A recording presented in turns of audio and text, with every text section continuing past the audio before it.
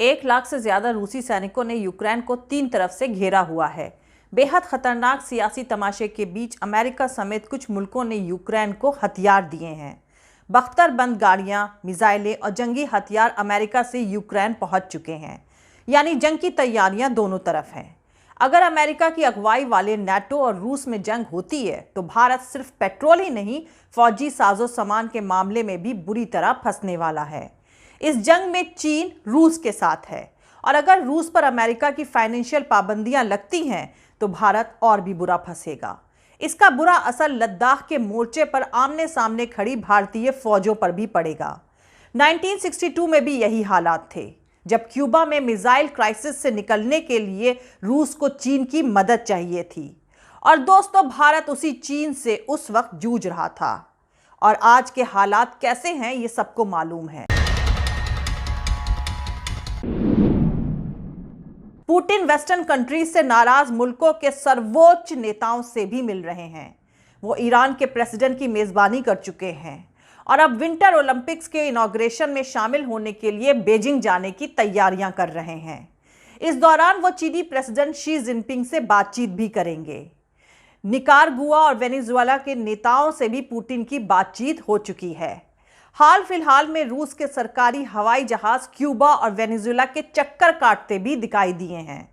लेकिन भारत इस खतरनाक सियासी खेल पर पूरी तरह से चुप्पी साधे हुए है, जबकि अमेरिका ने थोड़ी दिन पहले ही अपने नागरिकों को मंडे तक यूक्रेन छोड़ देने को कहा है। यानी मंडे के बाद यूक्रेन पर रूसी फौज का हमला कभी भी हो सकता है। लग रहा है कि यह साल अकाल, महामारी, जंग और महंगाई का है, क्योंकि बीते कुछ हफ्तों से रूस के तकरीबन 1 लाख से ज्यादा सैनिक यूक्रेन की सरहद पर तैनात हैं। रूसी सेना ने भारी मशीनरी के साथ यूक्रेन को 3 तरफ से घेरा हुआ है। इस घेराबंदी की जद में यूक्रेन के नॉर्दर्न, ईस्टर्न और साउदर्न सरहदें हैं। बेअसर बातचीत के बाद रूस ने यह भी ऐलान किया है कि वो इलाके में मिलिट्री एक्सरसाइजेज और भी बढ़ाएगा। अमेरिका और उसके सहयोगी लगातार ये अंदाजा लगाने की कोशिशें कर रहे हैं कि रूस अब आगे क्या करेगा। कुछ अमेरिकी जानकारों को लगता है कि भारी बर्फबारी होते ही रूसी फौज अपनी भारी भरकम मशीनों के साथ ईस्टर्न यूक्रेन में घुस सकती है। कड़ाके की सर्दियों में इलाके की कुछ नदियां जम जाएंगी, फिर रूसी सेना उन्हें सड़क की तरह इस्तेमाल कर सकती है। ईस्टर्न यूक्रेन में रूस सपोर्टर्स की अच्छी खासी तादाद है और ये आबादी भी रूस की मदद करेगी। यूक्रेन को लेकर बढ़ते तनाव के बीच इसी हफ्ते रूस के प्रेसिडेंट व्लादिमीर पुतिन की अमेरिका प्रेसिडेंट जो बाइडेन से टेलीफोन पर बातचीत भी हो चुकी है। उस बातचीत में भी यूक्रेन ही मेन मुद्दा रहा। जिनेवा में अमेरिकी फॉरेन मिनिस्टर एंटनी ब्लिंकन और रूसी फॉरेन मिनिस्टर सर्गेई लावरोव के बीच भी इसी मुद्दे पर बात हुई है। बातचीत में दोनों साइड से मांगे और वार्निंग की लिस्ट एक दूसरे को थमा दी गई है। रूस चाहता है कि ईस्टर्न यूरोप में नाटो की तैनाती वापस ले ली जाए। वहीं अमेरिका का कहना है कि बंदूक के दम पर किसी को दूसरे मुल्क को धमकाने का हक नहीं है। अमेरिका ने साफ वार्निंग दे दी है कि अगर रूसी सेना यूक्रेन में दाखिल हुई तो रूस पर बहुत ही कड़े फाइनेंशियल सैंक्शन लगा दिए जाएंगे। इस बीच अमेरिका ने तकरीबन 90 टन फौजी सामान भी यूक्रेन पहुंचा दिया है। ब्रिटेन भी रूसी सेना से घिरे यूक्रेन को मिलिट्री इक्विपमेंट्स दे चुका है। वहीं वेस्टर्न कंट्रीज की वार्निंग के जवाब में कुछ रूसी ऑफिसर्स का कहना है कि अगर नाटो की तैनाती का मसला नहीं सुलझा तो वो क्यूबा में फिर से मिसाइलें तैनात करने के बारे में सोच सकते हैं। यहां पर आपको बता दूं कि 1990 के दशक की शुरुआत में सोवियत यूनियन के टूटने के बाद से ईस्टर्न यूरोप में लगातार नाटो का एक्सपेंशन हुआ है। रूस से सटे मुल्क जैसे पोलैंड और रोमानिया में नाटो ने अल्ट्रा मॉडर्न मिलिट्री सेटअप लगा रखा है। पुतिन लगातार इसका विरोध करते आ रहे हैं। रूस चाहता है कि नाटो उसकी सरहद उसके बॉर्डर से बहुत दूर रहे और बीच में एक बफर जोन बना रहे।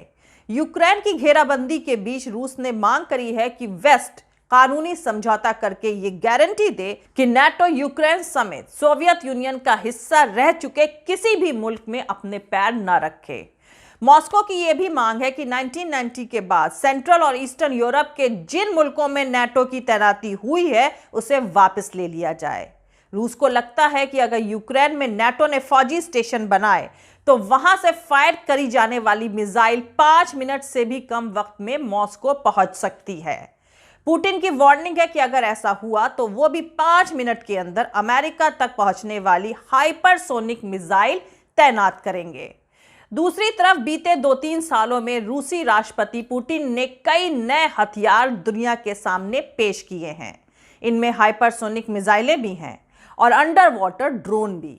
रूसी हथियार के इस प्रोग्राम से अमेरिका नाखुश है। अमेरिकी डिफेंस से जुड़े जानकारों को लगता है कि रूस नाटो के खिलाफ यह हथियार डेवलप कर रहा है।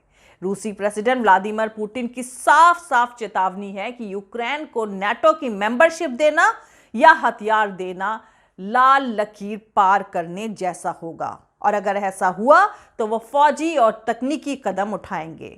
2014 में रूस ने फौजी कार्रवाई करते हुए यूक्रेन के क्रीमिया पेनिनसुला पर कब्जा कर लिया था। तब से पुतिन बार बार ये धमकी दे रहे हैं कि अगर क्रीमिया को वापस लेने की कोशिश करी गई तो यूक्रेन को संजीदा नतीजे भुगतने पड़ेंगे। बीते 8 साल से यूक्रेन और रूस के बीच झगड़ा और तनातनी चल रही है। अब तक इस स्ट्रगल में तकरीबन 14,000 से ज्यादा लोग मारे जा चुके हैं और मरने वालों में ज्यादातर यूक्रेनी हैं। 2015 में जर्मनी और फ्रांस की मदद से यूक्रेन में सीज फायर तो हुआ, लेकिन तनाव बरकरार है।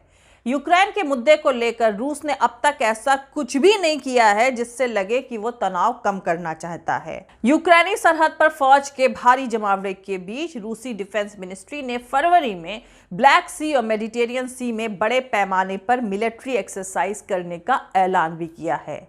इन मिलिट्री एक्सरसाइजेस में 140 से ज्यादा जहाज, एयरफोर्स के कई दर्जन विमान और 10,000 से ज्यादा सैनिक शामिल होंगे। वहीं दूसरी तरफ अमेरिका इस तरह के कड़े फाइनेंशियल सैंक्शन का खाका तैयार कर रहा है जिससे आम रशियन लोगों की जिंदगी पर भी सीधा असर पड़े। अमेरिकी जानकार यह भी कह रहे हैं कि यूक्रेन रूस के लिए अफगानिस्तान साबित हो सकता है। कड़े फाइनेंशियल सैंक्शंस पुतिन को अपने ही घर में कमजोर करेंगे, जबकि जमीनी स्ट्रगल रूसी सेना को बेतहाशा खर्च करने पर मजबूर कर देगी। दूसरी तरफ जर्मन नेवी के चीफ को भारत में दिए गए एक बयान के चलते अपने पद से इस्तीफा देना पड़ा है। जर्मनी के डिफेंस मिनिस्ट्री ने न्यूज एजेंसी AFP को इसकी इंफॉर्मेशन दी है कि आखिम शिनबेक ने फ्राइडे को नई दिल्ली में कहा था कि यूक्रेन का रूस पर हमले का ख्याल बकवास है और पुतिन इज्जत के लायक हैं। न्यूज एजेंसी AFP से जर्मन डिफेंस मिनिस्ट्री के स्पोक्स पर्सन ने कहा है कि वाइस एडमिरल ने इमीडिएट इफेक्ट से अपने पद को छोड़ दिया है। यहां पर आपको बता दूं कि नई दिल्ली में एक बैठक के दौरान शिनबेक ने कहा था कि पुतिन रेस्पेक्ट चाहते हैं और जैसा वो चाहते हैं वैसी उनको इज्जत दी जा सकती है और वो इसके हकदार भी हैं। नई दिल्ली में जर्मन नेवी के चीफ ने क्रीमिया पेनिनसुला पर कब्जे को लेकर भी अपनी बात रखी थी, जिस पर रूस ने 2014 में कब्जा कर लिया था। उन्होंने कहा था कि वो जा चुका है और अब कभी भी वापस नहीं आने वाला है। यूक्रेन के फॉरेन मिनिस्टर ने इस पर कहा था कि शिनबेक का भारत में दिया गया बयान क्लियरली अनएक्सेप्टेबल है। रूस के यूक्रेन पर होने वाले हमले को देखते हुए कई मुल्कों ने यूक्रेन में हथियार सप्लाई किए हैं, जिसमें अमेरिका और ब्रिटेन शामिल है। हालांकि जर्मनी ने यूक्रेन को हथियार भेजने की रिक्वेस्ट को कबूल न करते हुए यूक्रेन को एक फील्ड हॉस्पिटल देने का प्रपोजल दिया है। अब समझने वाली बात यह है कि जर्मन नेवी चीफ ने रूस और यूक्रेन के बीच चल रहे बेहद खतरनाक सियासी तमाशे को लेकर भारत में बैठकर रूस के फेवर में बयानबाजी क्यों करी। थोड़ा सोचिए। मिलते हैं अगले वीडियो में। जय हिंद, सत्यमेव जयते, अल्लाह हाफिज। दोस्तों, हमारा पूरा वीडियो और दूसरे और वीडियोस देखने के लिए हमारे YouTube channel political Tamasha with doctor Arshi को सब्सक्राइब करके वहां पे लगी बेल आइकॉन को जरूर दबा दें ताकि आपको हमारे आने वाले हर वीडियो की अपडेट्स मिलती रहे। और दोस्तों, अगर आपको हमारा काम पसंद आता है, हमारे वीडियोस पसंद आते हैं तो www.patreon.com/dr अर्शी खान पर जाकर डोनेट करके आप हमारे काम को सपोर्ट कर सकते हैं। दोस्तों, अगर आपको हमारा वीडियो पसंद आता है तो लाइक और शेयर करना हरगिज नहीं भूलें। आप हमें फॉलो भी कर सकते हैं हमारे ट्विटर, इंस्टाग्राम और फेसबुक पेज पर। मेरा ट्विटर हैंडल है @arshi_aziz khan। थैंक यू, मिलते हैं अगले वीडियो में।